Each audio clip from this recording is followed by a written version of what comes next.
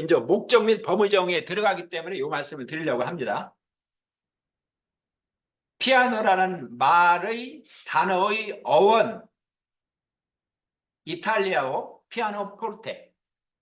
그런데 피아노는 여리게라는 뜻이고 포르테는 강하게라는 뜻이다. 그러면 원래는 피아노라고 하지 말고 피아노 포르테라고 해야 되는데 포르테를 빼버리고 피아노라고 한 거예요. 이탈리아어로. 영어 피아노는 피아노가 발명되기 전에 하프시코드라는 제갈삼 교수라는 분이 치는 것 같은 이런 비슷한 건반악기가 있었어요. 먼저. 그것은 셈 여림을 줄 수가 없었기 때문에 그냥 피아노 포르테라는 것이 나와가지고 세게 여리게 발로 밟기도 하고 막 이러죠. 그런 말이 나왔다. 그래 피아노의 어원은 뭐냐? 라틴어의 평평하다는 말. 그 평평하다는 말. 평야와 같은 거. 들판의 평야와 같은 거. 플랜도 같은 말이다. 피아노나 플랜이나. 그래서 우리는 건물을 짓기 위해서 바닥을 평평하게 다지고 그 다음에 이제 건물을 막 1층, 2층, 3층, 4층 올리죠. 그죠? 건물만이 아니고 일반적인 의미의 계획이라는 의미로 플랜을 사용하기 시작했다. 이것저것 모두 다 펼쳐놓고 전체를 보면서 어떻게 할지를 생각하는 단계. 그것이 플랜이죠. 계획 단계죠. 그런데 그 플랜 단계가 뭐냐? 여기 4.2에 목적 및 범의정이 됩니다. 그러니까 이제 지금부터 LCL을 어떻게 할지 이제 계획을 하는 거예요. 그것이 목적 및 범의정이다. 그러니까 이제 정작 지금부터가 중요한 거죠. 플랜 단계에서 우리가 LCL을 하는 거, 이 문제를 말씀드리는 겁니다. 자, 첫 번째, LCA를 할 때 LCA의 목적은 다음을 제시한다. 목적. 의도된 적용, 어디다 써먹을 건지. 연구를 수행하는 이유, 왜 이 연구 LCA를 하는지. 예정된 청중이라는 것은 LCA 연구를 해가지고 이 스타디를 해가지고 누구한테 이걸 줄 것인가? 누구한테 의사소통을 할 것인지. 그리고 일반 사람들한테 공개되는 비교 주장을 하기 위한 것인지 아닌지 이것을 머릿속에 생각하는 거죠. 처음에 목적 및 범위 정의에서 목적할 때는 이 네 가지를 생각하라는 거죠. 그래서 LC의 연구를 얼마나 깊이 있게 상세하게 할 건지 조금 수월하게 할 건지 뭐 이런 거에 대해서 이제 처음에 생각을 하는 거죠. 그래서 첫 번째가 이게 제일 중요한 겁니다. 그래서 이제 제가 나중에 이제 문제를 하나 줄 거예요. 이 문제를 주고, 그러면 이 연구의 목적 및 범위정의가 무엇인지 이거 한번 적어보시라고 이렇게 할 겁니다. 그래서 일단은 원칙적으로 왜 요 LCA를 하려고 하는지 그 네 가지 목적, 그거를 이제 첫 번째 고민해야 된다. 그것이 이제 LCA의 네 가지 단계의 첫 번째 단계, 플랜 단계에서 아주 중요하다. 목적 및 정의. LCA의 목적과 범위는 반드시 명확하게 정의되어야 한다. 의도하는 적용과 동떨어진 일이 없어야 된다. 반복적인 특성으로 인해서 하다가 좀 안 되면 또 목적 및 범위적으로 고치고 또 밑으로 목록 분석 갔다가 다시 고치고 뭐 이렇게 할 수 있다. 뭐 이건 앞에서도 말씀드렸죠. 자, 그 다음에 이제 목적을 했으니까 범위를 정의하는 것. 목적을 정의하고 범위를 정의하고. 범위를 정의할 때는 다음 항목들을 고민해라. 연구 대상 제품 시스템, 뭐 기능 단위, 뭐 할당 과정, 두루두루루 나와 있어요. 이것이 14가지입니다. 14가지. 이게 목적 및 범위 정의를 할 때 14가지를 우리는 생각을 해야 된다. 그래서 이걸 다음과 같은 사항을 반드시 명확하게 해야 된다. 이거는 의도한 앞에서 한 내용 똑같은 거죠. 그 다음에 연구 범위 14가지라고 했죠. 14가지. 그래서 이렇게 표시하니까 14가지가 맞습니다. 자, 14가지. 14가지가 중에서 우리는 어떤 것을 오늘 조금 공부를 할 것이냐. 이런 얘기죠. 14가지는 오늘 다 할 수 없으니까 이제 하면서 계속 할 겁니다. 자, 이제 이렇게 14,040번에 나와 있는 내용이 있고 44번에 나와 있는 내용이 있는데 14가지 항목은 사실상 똑같아요. 그런데 하나 여기서 추가된 것이 가치 판단과 부가 요소, 요 항목이 이제 조금 다른데 거의 똑같다. 14,040번에 나와 있는 내용하고 14,044번에 나와 있는 그 표준의 내용이 14가지 항목이라는 건 거의 같다. 이렇게 이해하시면 됩니다. 할당의 기준. 할당이란 표준에서 이렇게 용어를 정의하고 있다. 한 제품 시스템과 하나 이상의 다른 제품 시스템, 하나의 제품 시스템, 다른 또 제품 시스템 두 개죠. 그래서 하나의 공정 또는 하나의 제품 시스템의 투입물과 산출물에 있어서 흐름, 투입물 양, 산출물의 양 이것을 분배하는 과정이다. 이래도 잘 모르겠어, 그죠? 모르겠어, 그죠? 분배한다는 것을 영어로는 파티셔닝 한다고 해요. 파티셔닝. 요 그림 보시면 사무실에서 이렇게 사무실에서 이제 이렇게 있다가 다른 사무실로 이제 좋은 사무실로 이제 이사를 갔단 말이죠. 그러면 누구든 내가 창문가에 앉고 싶은데 아니면 좀 더 넓은 데 앉고 싶은 뭐 이런 생각을 갈 수 있겠죠. 그리고 좀 더 넓게 나는 좀 넓게 쓰고 뭐 이런 거. 근데 그건 자기 맘대로 안 해주잖아요. 회사에서 똑같은 기준을 한다든지 뭐 직급이 높은 뭐 부장님 지금 들어온 신입 직원은 조금 좁은 공간에 쓰라고 해서 칸막이를 해주죠. 칸막이를 해주는 거야. 그래서 그것이 이제 바로 할당 문제죠. 그래서 누구, 창문가, 책상 있냐 없냐, 뭐 책상 넓은 거냐 작은 그 할당하는 배분하는 파티셔닝하는 기준, 요 기준을 오늘 이제 숫자를 한번 해보는 거죠. 파티셔닝, 인풋, 아웃풋 되는 거. 다중 투입, 다중 산출이라는 것은 이거죠. 지금 우리가 예를 든다는 것이 이제 두부를 만든다 자꾸 이제 쉽게 생각하는데 두부를 만드는 콩이 들어가죠. 콩만 들어가는 것이 아니라 소금도 들어가죠. 그다음에 응고제가 들어가죠. 응고제. 뭐 응고제가 들어가겠죠. 그러면 A, B, C 요 세 가지가 인풋 1, 2, 3이 두부 만들려면 들어가죠. 그렇죠? 근데 이제 여기서 실제로 인풋 돼 가지고 프로세스를 거쳐서 여기 인풋이라고 여기 나오는 최종 결과물 뭐 인풋이라고 하든 아웃풋이라고 볼 수 있는데 여기서 보시면 여기서 나오는 콩이 쭉 우리가 제일 머릿속으로 생각하시는 거는 두부죠. 두부. 이 화면을 요걸 좀 키우겠습니다. 네. 자, 두부가 만들어지고 그 다음에 두부가 나오기도 하지만 또 뭐 여기 보면은 비지 우리가 먹는 비지 같은 것도 나오고 뭐 이런 여러 가지가 나오죠. 그러면 인풋되는 것이 여러 가지. 그래서 다중 투입, 멀티 인풋, 다중 투입, 산출되는 것도 두부도 나오고 비지도 나오고 뭐 무슨 여러 가지 나올 수 있죠. 그러면 멀티 아웃풋, 다중 산출. 그럴 경우에는 요 할당이라는 문제가 발생이 된다. 당연하죠, 그죠?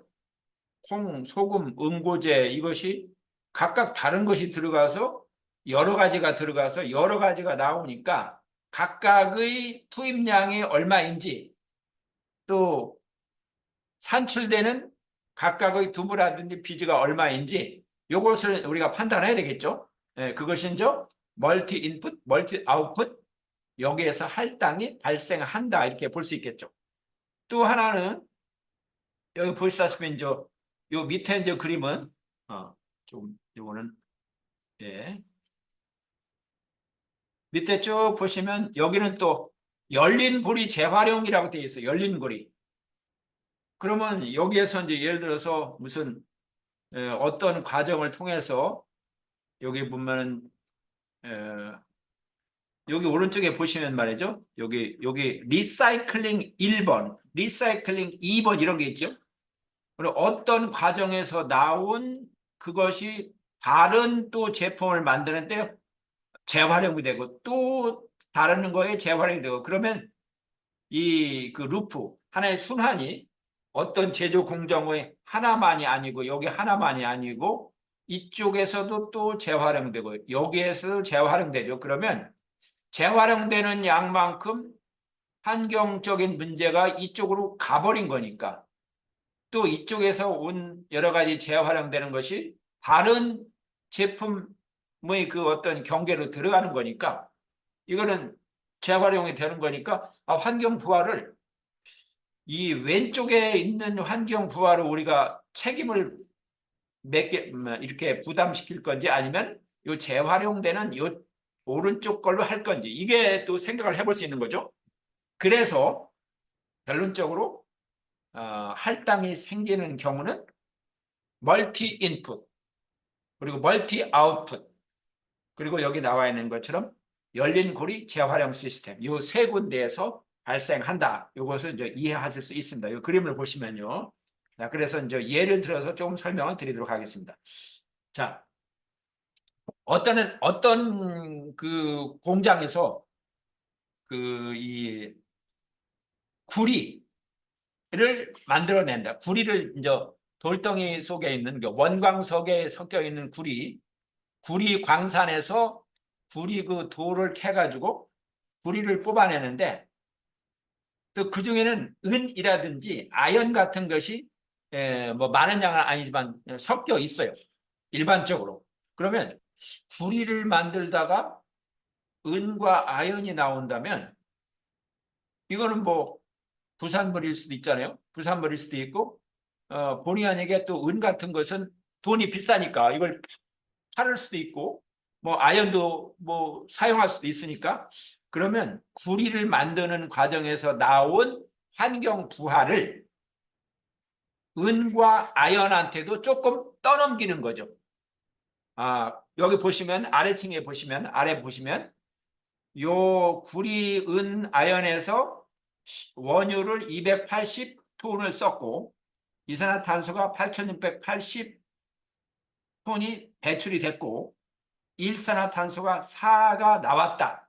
배출이 됐다. 그러면 구리한테 원유 사용된 양을 또 나눠주고 은 만드는 거에 대한 것도 이산화탄소에 대해서 좀 나눠주기도 하고 뭐 이렇게 좀 나눠줘야 되겠죠. 그것이 이제 할당이다 이렇게 볼 수 있습니다. 그런데 할당은 두 가지 방법이 있다는 것이 이제 지금부터 설명드리려고 하는 겁니다. 예를 들어서 여기 보시면 구리는 10만 톤, 은은 5만 톤, 아연은 50만 톤. 다 합쳐가지고 65만 톤이 생산이 됐다. 그러면 이 만들어진 생산량을 기준으로 해서 구리한테는 이산화탄소 배출이 총 8,680톤이면 나눠줘야 될 거 아니에요. 그죠? 그럼 제일 많이 생산된 것이 아연이니까 아연한테 많이 주고 뭐 여기는 구리는 조금 주고 은은 더 적게 주고 뭐 이렇게 생각해 볼 수 있는 거죠. 그래서 그것을 우리는 숫자로 계산을 해보면 다 합쳐서 100%니까 100% 중에서 10이니까 15.4%. 은 같은 경우는 5만 톤이니까 65만 톤에서 5만 톤이니까 7.7%. 아연은 65만 톤에서 50만 톤이니까 76.9%. 그러면 이 전체 이산화탄소 배출량이 얼마라고 했죠? 8,680이죠? 그러면 거기에 따라서 15.4, 7.7, 76.9%를 곱하게 해주면 이산화탄소 배출량이 얼마라는 게 각각 구리, 은, 아연한테 나오는 거죠. 그래서 이렇게 나누어 주는 것을 할당이라고 한다. 근데 할당의 첫 번째 방법이 여기 생산량 기준으로 한다. 생산량을 우리는 그냥 영어로 그냥 매스라고도 하고 그냥 쉽게 생산량 기준 이렇게 말을 할 수 있겠죠. 자, 그런데 생산량 기준으로만 할 수도 있겠지만 또 다른 방법이 있어요. 15.4, 7.7, 76.9. 아예 복잡하니까 그냥 15, 8 아니면 15하고 그냥 5하고 뭐 그냥 이렇게 80 이렇게 해도 뭐 큰 문제는 없죠. 정확하게 하려면 앞에서 말씀드린 수점 첫 자짜리든 두 자짜리든 할 수도 있겠죠. 그냥 편의상 계산 편의상 76.9는 80%에 가까우니까 그냥 80으로 한 거죠. 자, 이렇게 할 수도 있겠고, 그렇게 하다 보면은 조금씩 이산화탄소 배출량이 숫자가 조금 앞에서 계산하는 거하고 조금씩 변동이 있겠죠. 변경이 있겠죠. 자, 이렇게 할 수도 있겠고. 자, 그런데 구리는 값이 싸. 은은 좀 많이 비싸. 아연은 양이 많아서 1,000만 원 받았어.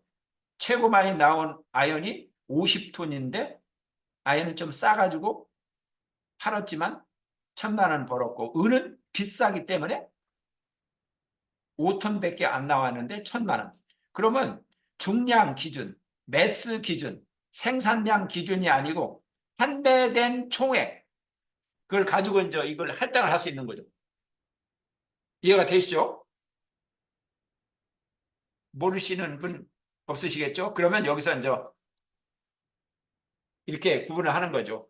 45, 45%, 나머지 200만 원을 10% 해가지고 총 100%를 나누어 주는 거죠. 그러면 온실가스 배출량이 얼마라겠죠? 총 8,680톤이라고 했죠.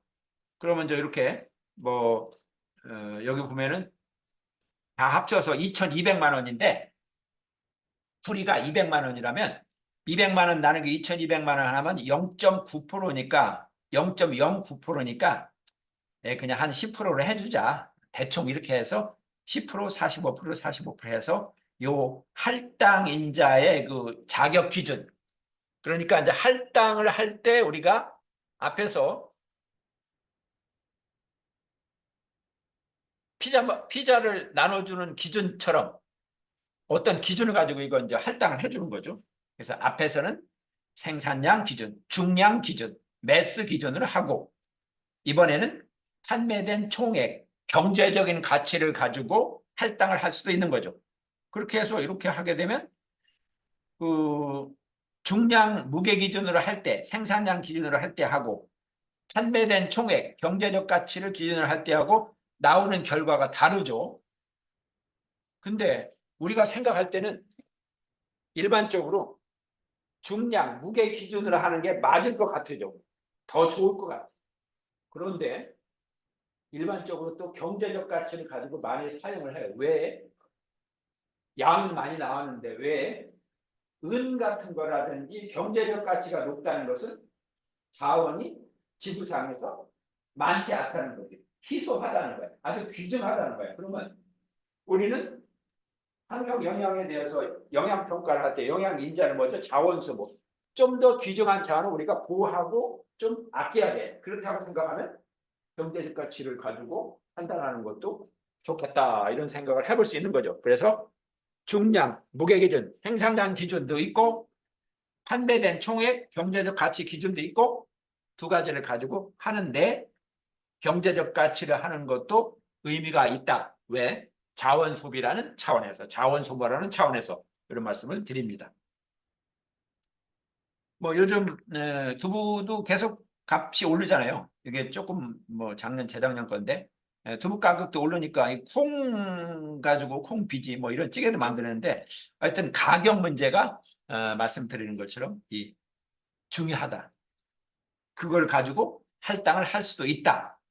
그런 경우가 꽤 많이 있다. 이런 말씀을 드리려고 제가 두부 가격을 이렇게 보여드렸습니다. 그 다음에 이제 기능 단위 및 기준 흐름. 여기 또 세 가지가 그동안에 했지만 다시 한번 또 기억을 되살리기 위해서 하는 겁니다. 기능이 중요하다. 여러 번 말씀드렸죠. 기능 단위가 있다. 기능 단위라는 건 뭐냐? 제품의 확인된 기능. 그 제품이 어떤 필요한 어떤 효과를 발행하는 것. 성과 특성의 정량화를 말하는 거다. 그래서 첫 번째 기능 단위란 성과를 나타내는, 성능을 나타내는, 기능을 나타내는 그 정량적인 거, 그걸 말한다. 그리고 기능 단위의 1차적인 목적은 투입물, 산출물에 대한 기준을 제공한다. 그게 두 번째.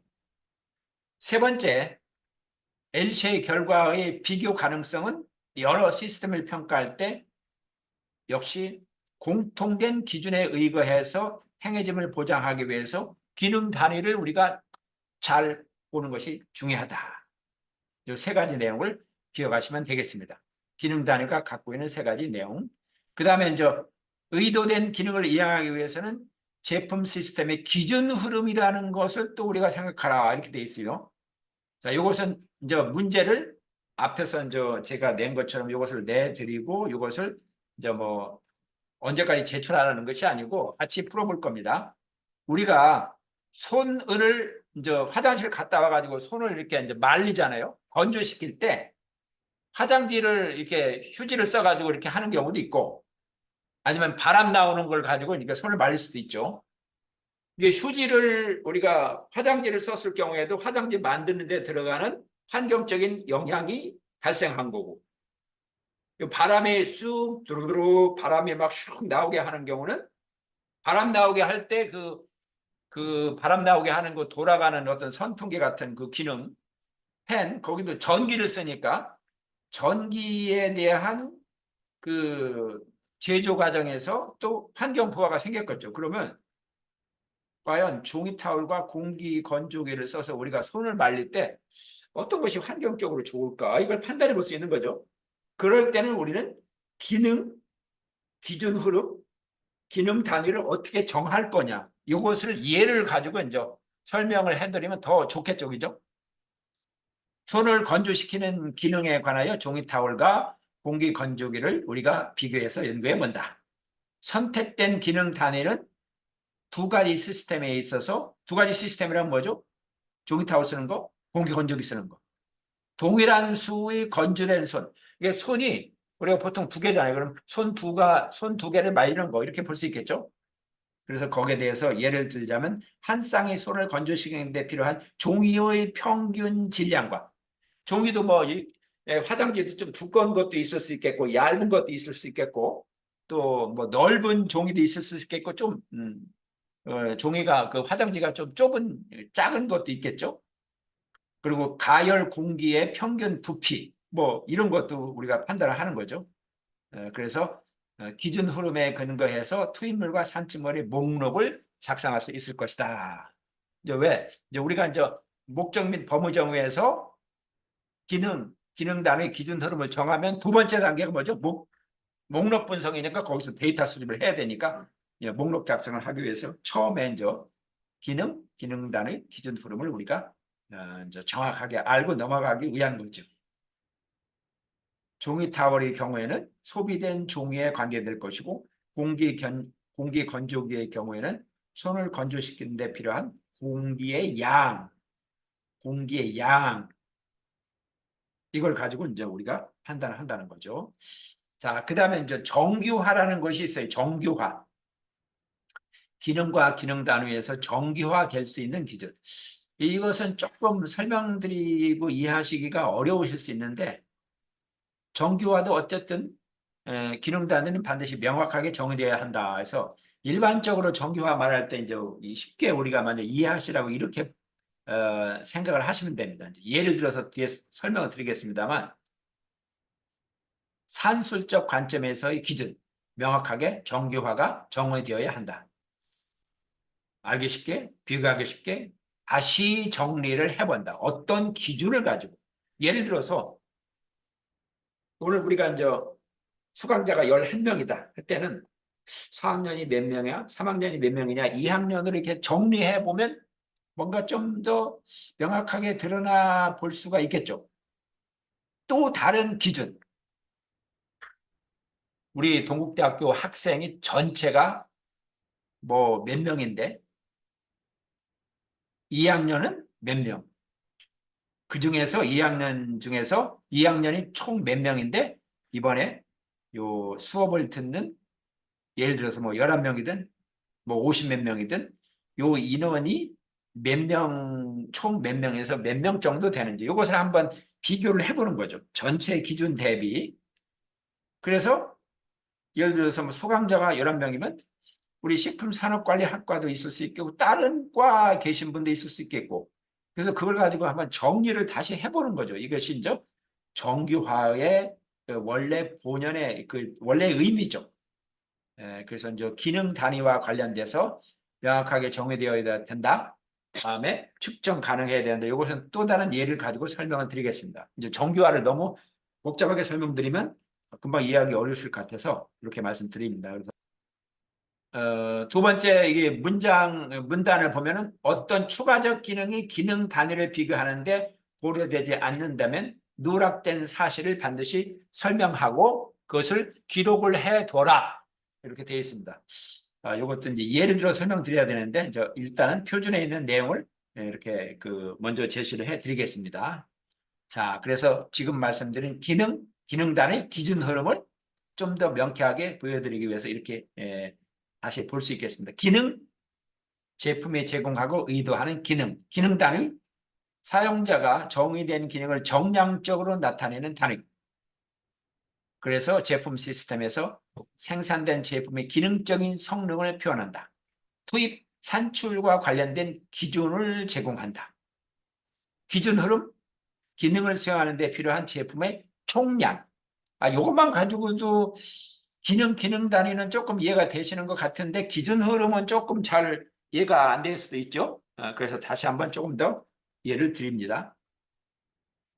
자, 기능 단위 기준 흐름. 제품 300ml 요 음료를 저장하는 스틸과 유리병으로 만들어진 음료 용기가 있다. 스틸 캔의 무게는 10g, 유리병은 더 무거우니까 75g. 요것을 볼 때 기능은 뭐냐? 기능은 뭐죠? 기능은 운반을 용이하기 위해서 음료를 저장한다. 음료를 저장하는 거. 뭐 이런 건 안 적으셔도 되죠. 저기 제가 그 녹화한 걸 다시 드릴 거니까. 이게 기능은 음료를 저장한다. 캔이다 넣든 유리병이다 넣든. 기능 단위는 300ml라는 그 기능 단위. 그 다음에 기준 흐름. 스틸캔은 10g. 유리병은 75g. 또 이렇게 이해되면은 조금 이해가 되시는 것 같은데 아직도 불명확하죠, 그죠? 그러나 조금 더 이해가 되셨죠? 기능 단위, 기준 흐름. 요 세 가지를 명쾌하게 이해하시면 되겠다. 그래가지고 다른 내용의 예를 쭉 보시면서 기능 단위, 기준 흐름을 조금 더 이제 폭넓게 이해하실 수 있는 것으로 이제 우리가 계속 수업에서 말씀드리도록 하겠습니다. 자, 그 다음에 이제 여기 이제 시스템 경계라는 말에서 시스템 경계는 시스템에 포함되는 여러 단위 공정들을 정의한다. 시스템 경계는 시스템에 포함되는 단위 공정들을 정의한다. 두부를 만드는 시스템 경계가 이렇게 나와 있죠. 두부라는 제품 시스템. 그래서 여러 가지 단위 공정이 있죠. 스텝 1, 콩을 물에 불리기, 콩을 분쇄하기, 콩을 여과기에 넣어서 뭐 불필요한 거 빼내고 콩물 비지를 분류하고 순두부를 제조하고 뭐 이런 여러 가지 관계가 단위 공정이죠.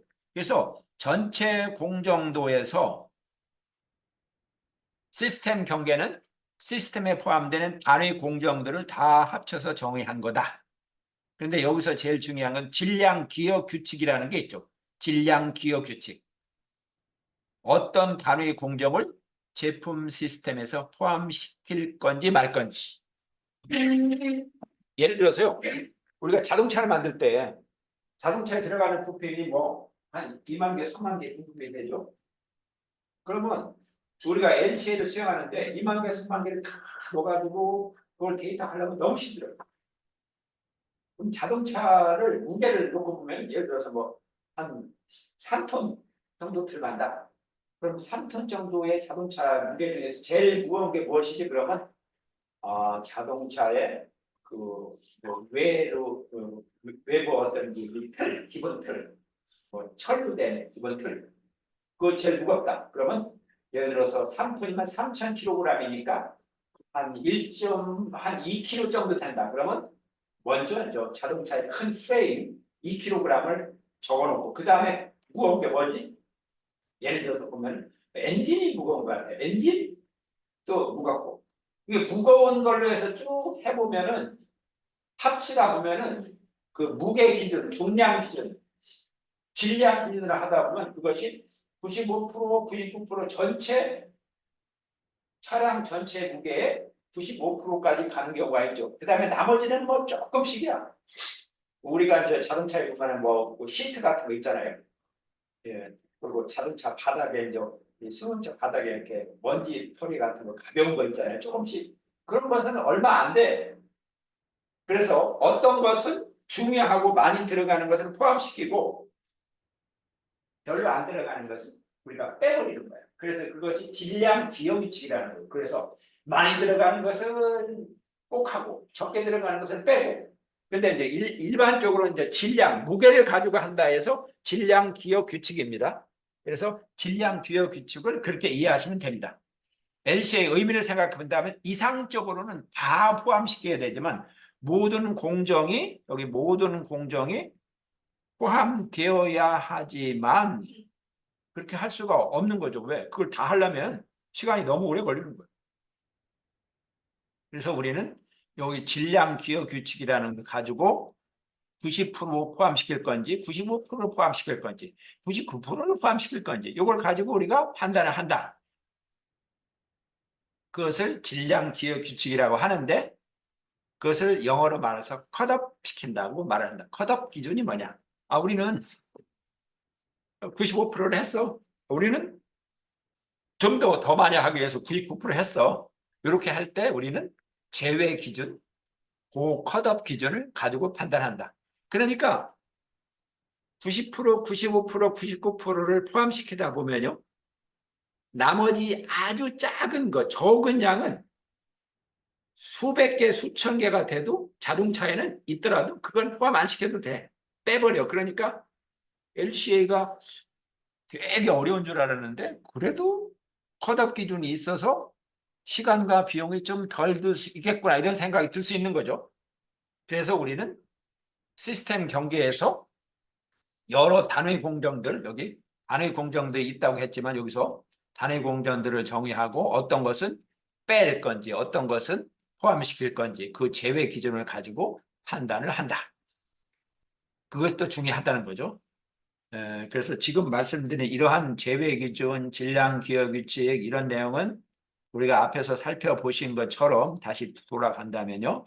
우리가 목적 및 범위 정의에서 해야 될 여러 가지 내용이 14가지라고 했죠. 14가지. 자, 연구 대상 제품이 뭐냐?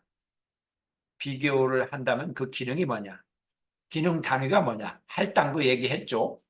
시스템 경계에서 뭔가 이렇게 포함시키고 포함시키지 않을 거 뭐 지금 얘기하고 있고 나머지 이렇게 쭉 가는 거죠. 그래서 우리가 지금 목적 및 범위 정의에서 해야 될 여러 가지 내용 중에서 몇 가지씩을 지금 살펴보고 있는 겁니다. 그러면 질량 기여 규칙 그거에 따라서 어떤 것을 포함시키지 않느냐 컷업 가지고 얘기를 했습니다.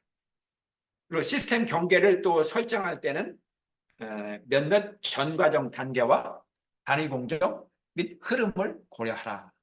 원자료를 획득하는 거, 유통시키는 거, 뭐 여러 가지 쭉 내용이 있습니다. 그래서 제품 시스템 경계는 우리가 하다 보면 다시 정의를 할 수가 있다. 왜?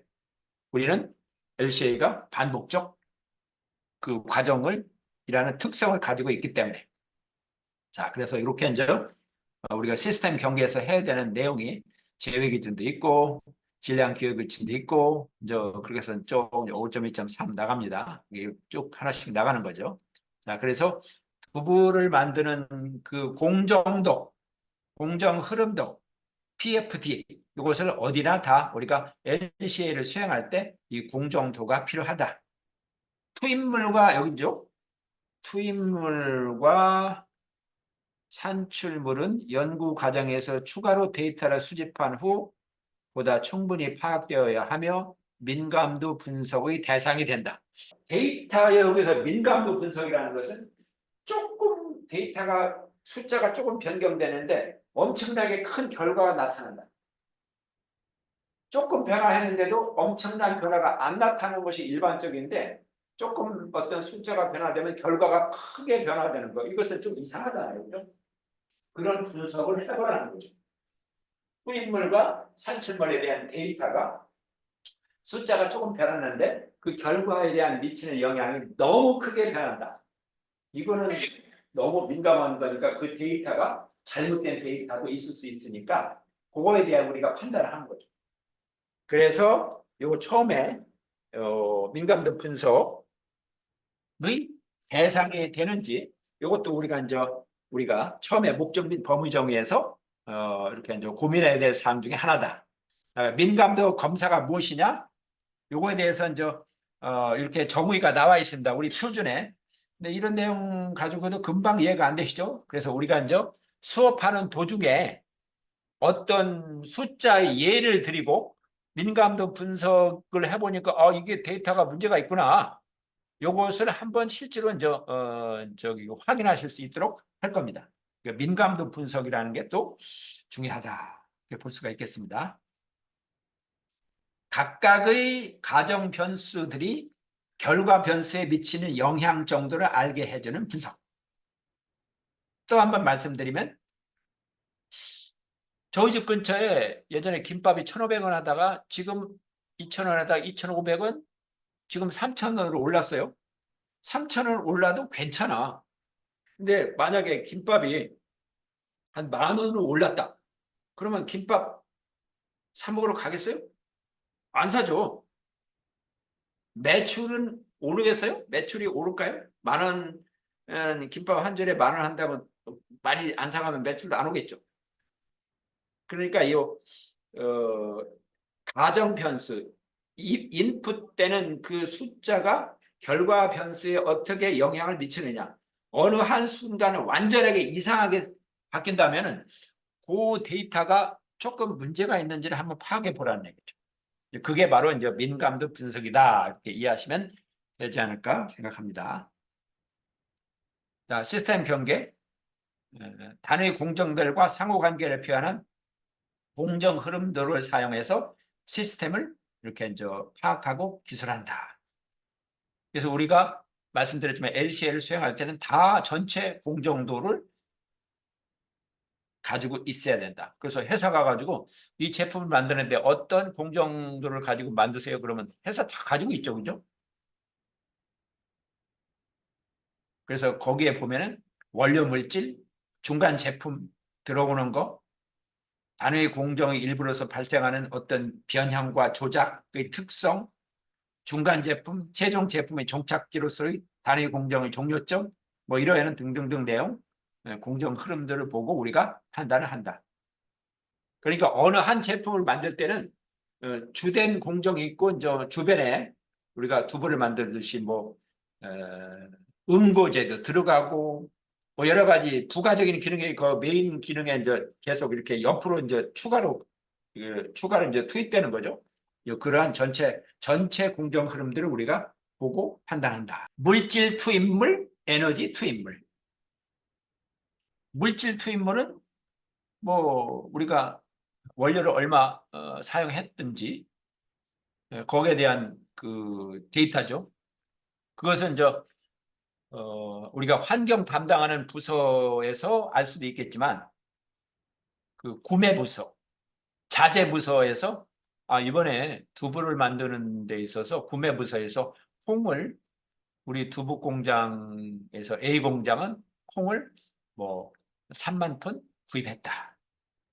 소금을 몇 톤 구입했다.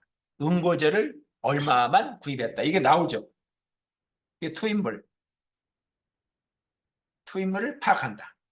이게 투입물을 파악하는 게 첫 번째 중요하고 그래서 회사 가가지고 원 부자재든 구매 부서든 자재 부서한테 1년 동안 구입하는 품목 그 원 부자재 구입 목록 좀 주세요 하면 나오겠죠. 자, 그다음에 밑에는 에너지 투입물. 이제 우리가 그 제조를 하려면 전기도 쓰고 스팀도 사용하고 뭐 여러 가지 또 에너지를 사용하겠죠. 그래서 그러한 그 여러 가지 이 투입물 중에서는 물질, 에너지를 투입하는 것을 한다. 그래서 우리가 이제 실질적으로 그 LCD 소프트웨어에 대한 그 공정도를 그릴 때 어떤 것이 투입물인지, 어떤 것이 산출물인지, 투입물 중에서는 어떤 것이 물질인지, 어떤 것이 원료 물질인지, 보조 물질인지, 아니면은 또 배출되는 것은 또 무엇이 있는지, 공기 중으로 배출되는 건지, 토양으로 배출되는 건지, 이런 거에 대한 내용을 이제 구분해서 데이터 입력을 해야 돼요. 근데 그것도 뭐 제가 좀 다 설명드리면서 입력하는 방법대로 하시면 어려움이 없습니다. 근데 예를 들어서 전기 사용량 뭐 몇 킬로와트, 에너지, LNG, 뭐 스팀, 열량, 얼마 사용량 이렇게 이제 투입하는 거죠. 그리고 투입물과 산출물의 초기 포함을 위한 기준, 초기 포함 기준이 수립과 관련된 과정은 반드시 명백히 기술되어야 한다. 말씀드린 것처럼 우리가 어디까지 포함시킬 건지, 질량 기준으로 볼 때 앞에서 말씀드린 거 질량 기억 위축으로 말씀드렸죠. 90% 포함시킬 건지 95%할 건지 아니면 99%를 할 건지, 에너지는 어떻게 포함시킬 건지, 질량에 포함시킬 거, 에너지에 포함시킬 거, 또 환경적 중요성. 질량, 이게 어떠한 물질 볼 때는 굉장히 적은 양인데 환경적으로 볼 때는 굉장히 문제가 되는 적은 양이 있을 수 있죠. 그럴 때는 환경적 중요성을 볼 때 포함시켜야 된다는 거죠. 그래서 초기 포함을 위한 기준, 초기 포함 기준의 수립과 관련된 과정, 여기서 제일 중요한 것은 질량 기준으로 할 때, 에너지 기준으로 할 때, 환경적 중요성으로 할 때 이 세 가지를 우리가 판단해서 어떤 데이터를 투입하고 포함시키고 어떤 것은 포함 안 시키고 할 건지 요거에 대한 판단을 하게 되는 거죠. 그래서 제일 중요한 건 질량 기준으로 하느냐, 투입되는 에너지로 할 거냐, 환경적 중요성을 할 거냐, 이 세 가지는 다 판단해 보는 거죠. 그래서 이제 환경적 중요성이라는 것은 환경적으로 어떠한 물질이 환경적으로 중요한지 중요하지 않은지는 우리가 판단할 수가 쉽지 않죠. 그러면 여기 보시면 화학물질 정보 시스템이라고 이 사이트에 들어가 보시면 화학물질의 양이 나와 있죠. 화학물질의 중요한 거. 예를 들어서 부분을 만든다 할 때는 염화칼슘, 염화마그네슘 이것도 어떤 화학물질이죠. 그러면 그것은 이제 우리가 사온다고요. 사오면 염화칼슘, 염화마그네슘이 어떠한 물질인지를 어디서 찾아봐? 찾기가 모를 때는 여기 화면에 보시다시피 화학물질 정보 시스템에 들어가서 이것이 어떠한 물질인지 파악을 해보는 거죠.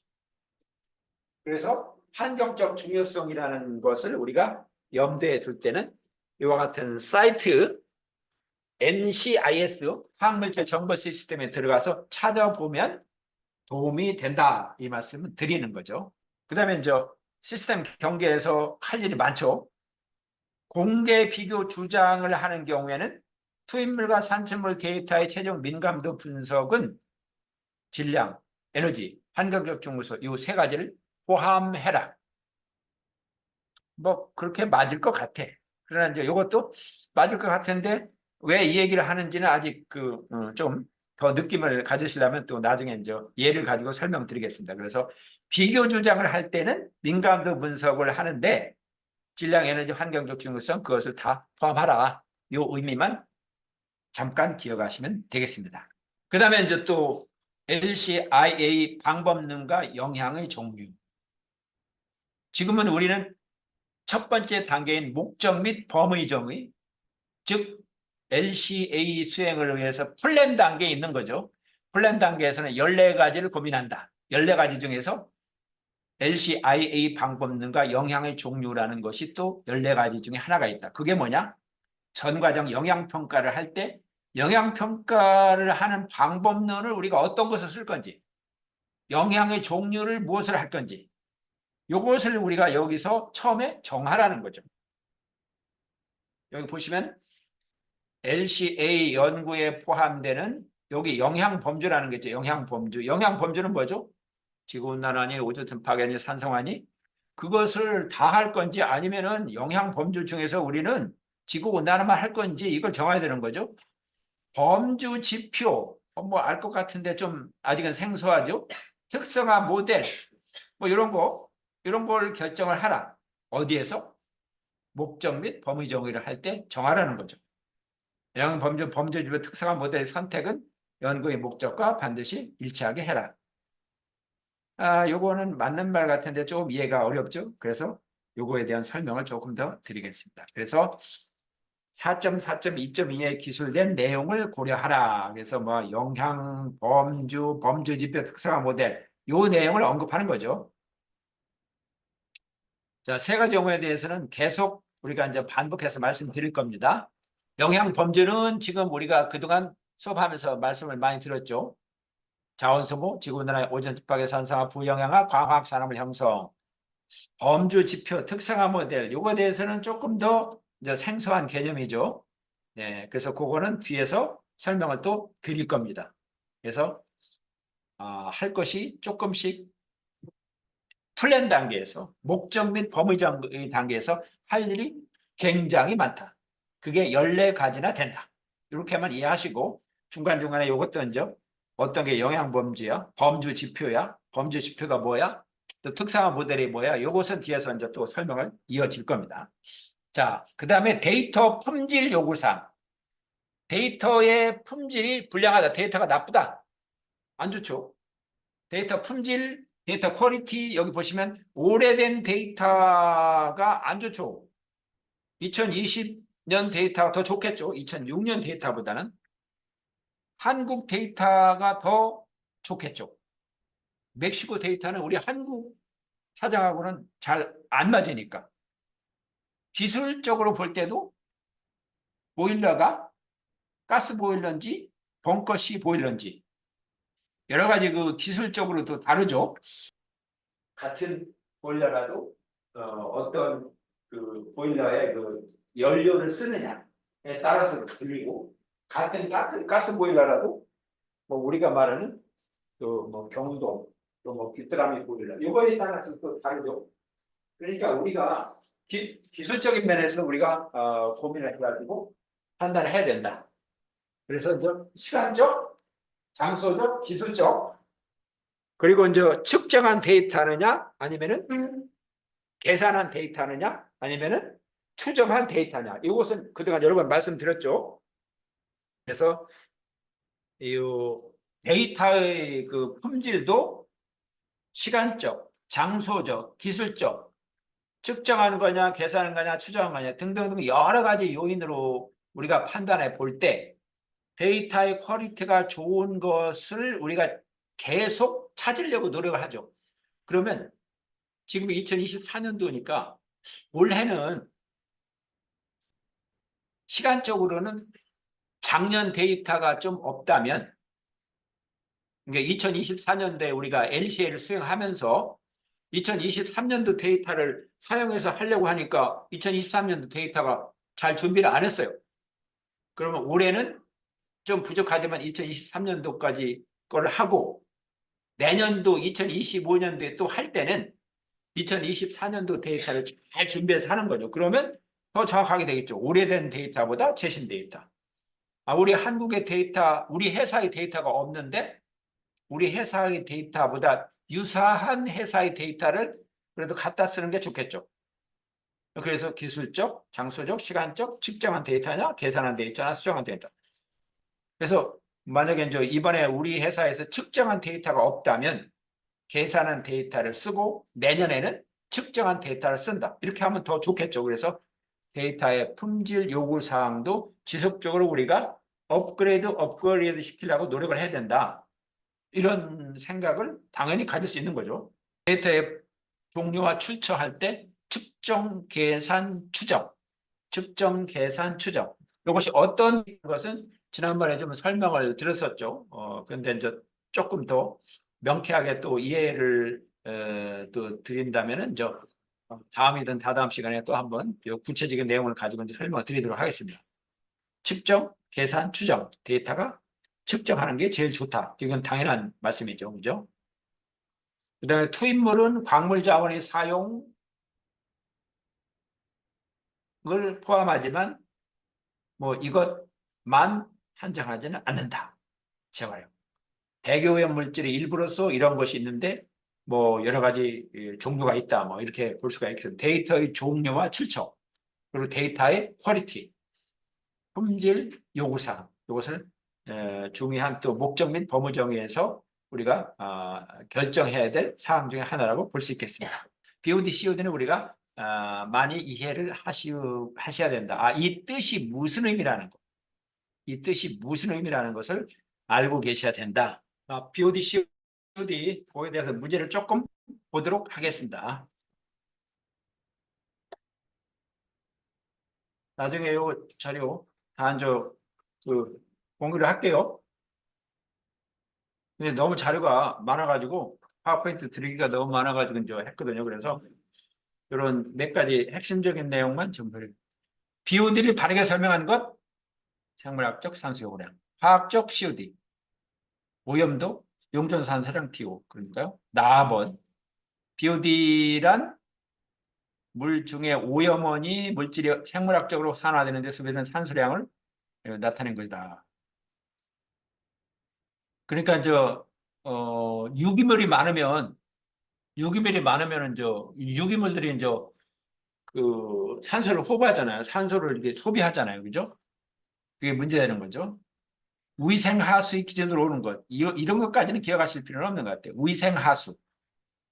4ppm, BOD 20ppm. 참고로, 이런 거 있구나. BOD 측정 시 다음에 어느 조건이 가장 적합한가? 20도씨에서 5일간 배양한다. 뭐 이런 것이 있다. 그래서 BOD를 측정하는 거, 이런 오염원과 관련돼서 점 오염원, 비점 오염원이라는 말도 많이 씁니다. 점 오염원, 비점 오염원. 점 오염원은 어떤 곧 오염이 발생되는 장소가 딱 금방 이렇게 뚜렷한 거. 공장, 분뇨 처리장, 축산 농가 거기서 딱 나오잖아요. 냄새도 많이 나고. 비점 오염원은 넓은 논, 밭, 임야, 도로 이런 데에서 발생하니까 특정하게 어디에서 이렇게 오염이 발생했다고 규정하기가 상당히 어렵죠. 그래서 그거는 비점 오염원. 그래서 점 오염원이 주로 이제 인위적이고 배출 지점이 특정 명확하다는 것과는 반대로 이제 비점 오염원은 조금 자연적이고 조금 불명확하다. 뭐 여러 가지 특성이 있겠죠. 그래서 오염 처리 시설을 거친 후에 대기 배출물 속에 소양 배출물을 종종 점 오염원 또는 비점 오염원으로 배출을 나타낸다. 그래서 데이터의 종류가 이제 어디서 나오느냐 요거와 관련돼서 이제 말씀드린 관련된 사항이라고 보시면 되겠습니다. 데이터 품질 요구사항은 반드시 목적과 범위가 충족될 수 있도록 정의되어야 한다. 그러니까 비교 주장을 할 때 같은 경우에는 정확하게 그 데이터를 측정해가지고 하는 게 필요하겠죠. LC의 목적이 비교 주장이냐 아니냐. 비교 주장을 하지 않는 거냐 하는 거냐. 근데 비교 주장을 하는 것도 불구하고 두 회사의 제품을 비교하는데 한쪽은 측정하고 한쪽은 측정하지 않은 거 가지고 비교한다? 그러면 안 되겠죠. 그래서 LC의 목적과 범위가 충족될 수 있도록 데이터 품질 요구사항은 정의돼야 되는데 데이터 품질 요구사항이 이렇게 많다. 지금까지 설명드린 시간적인 거, 지리적인, 장소적인 거, 기술적인 거 뿐만 아니라 뭐 정밀성, 완전성, 대표성, 일관성, 제한성, 데이터 출처, 불확실도 진짜 많이 있죠. 예를 들어서 대표성 하면은 데이터 집합이 실제 모집 단위 성질을 반영하는 정도에 대한 평가를 하고 있는지. 우리 한국에서 예를 들어서 뭐랄까요? 한국에 있는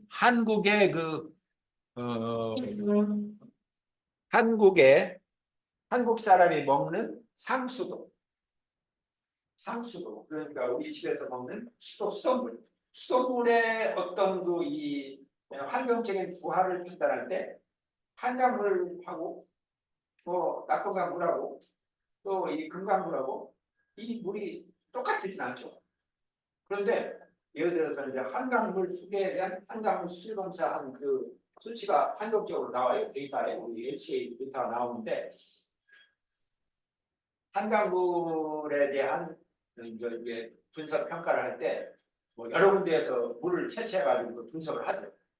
근데 예를 들어서 뭐 한강물을 채취할 때 저쪽 여기 서해안 쪽으로 가서 그 끄트머리에 서해안 쪽에서 만난 그 물만 채취해서 그 물에 대한 수질 평가를 했다. 그러면 그것은 조금 문제가 있죠. 여러 군데에서 채취해서 여러 군데에서 물을 만드는 것이 정수장이 서울에 여러 군데 있잖아요. 서울에도 한 제가 알고 있는 서울에 6군데 정도가 정수장이 있습니다. 제가 살고 있는 것은 노량진, 영동포인데 노량진에서 먹는 사람, 노량진 취소원에서 한강물을 끌어가지고 거기서 그 지역 사람들은 물을 수돗물을 주죠.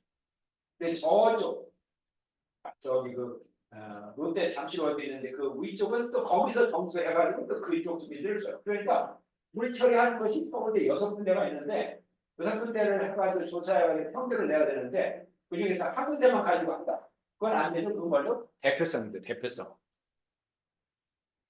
지리적, 시간적 이런 걸 다 해서 한국에 있는 수돗물에 대한 환경 LCI 데이터베이스가 과연 어떤 것이 대표적인지 그것을 이제 정하는 데 있어서 구분을 해야 된다는 거죠. 자, 그리고 설명된 정당화된 영이 아닌 데이터값 이것은 또 금방 이해하시기 어려워요. 그래서 요것 역시 어떤 사례를 가지고 요 의미를 해석해 드리도록 하겠습니다. 또 시스템 간 비교. 시스템들이 등가성을 반드시 평가해야 된다. 동일한 기능 단위 방법론도 고려를 해라.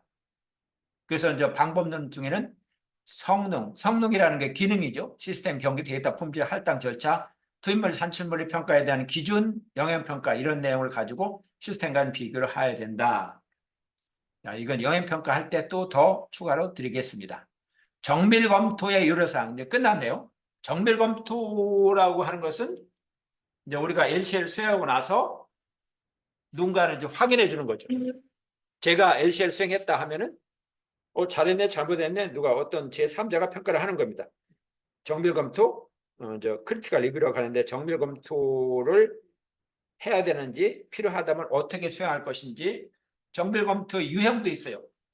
정밀 검토는 뭐 이해관계자가 검토하는 경우가 있고 전문가가 검토하는 경우가 있고 여러 가지가 있습니다. 근데 그거는 우리는 그까지는 잘 공부를 안 해도 되니까 이거는 전문가들이 쓰는 일이니까 정밀 검토는 어쨌든 LCL을 수행하고 나서는 정밀 검토를 받아야 된다. 특히 그거 하나는 꼭 기억하실 것이 나중에 또 설명드리겠습니다만 다른 회사와 우리 회사 제품을 비교했을 때는 정밀 검토를 꼭 해야 된다.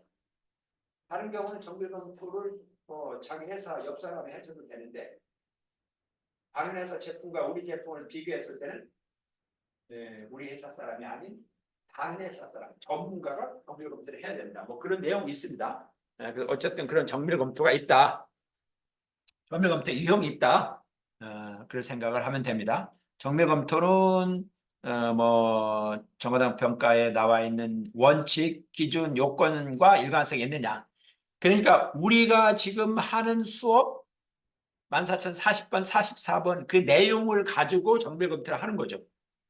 근데 이제 LCL 수행하신다는 분들도 40번, 44 내용을 잘 안 보시기 때문에 하고 나서도 데이터가 빠지고 또 잘못된 그 결과를 하는 경우를 이제 볼 수가 있습니다. 그래서 그거는 다음 시간 아니면 다다음 시간에 LCA를 잘못했는데 잘못된 것을 보여드릴 거예요.